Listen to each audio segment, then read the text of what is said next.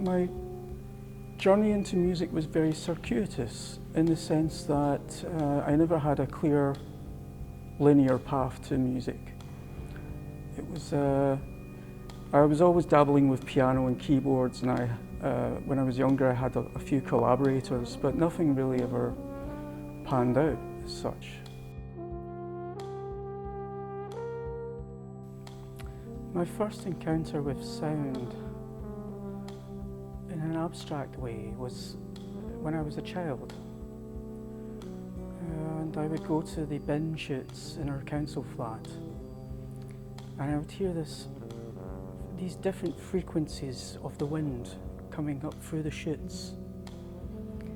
And I was very much bedevilled by this. I decided, even at that time, that I wanted to be a musician. My main influences are mainly actually in cinema. I'm quite a visual person, I would say. Particularly the works of Andrei Tarkovsky. I think that it's an exceptional canon of work. It showed me that you could make art and not commercial rubbish. You can make art that speaks to you on a transcendent level, on a spiritual level. I decided, well, I've done these 2 albums, which were largely myself. I decided to work with my friend Gordon Kennedy, who is a great musician and engineer in his own right. We exchange ideas, we knock our heads together, and we collaborate really well. We've got a similar creative dynamic to each other. We're both perfectionists. I was much more aware of choosing instruments as symbols as opposed to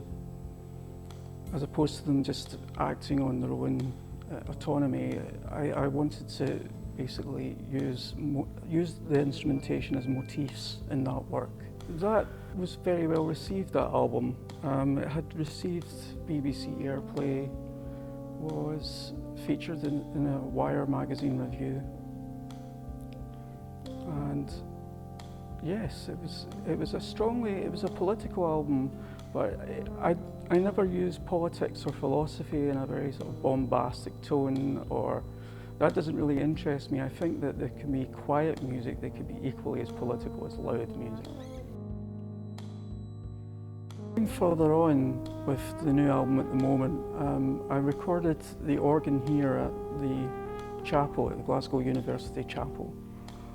And the piece itself is very spiritual, and I wouldn't say religious, but when you're using an organ, for example, as a keyboard, you immediately have religious associations with it.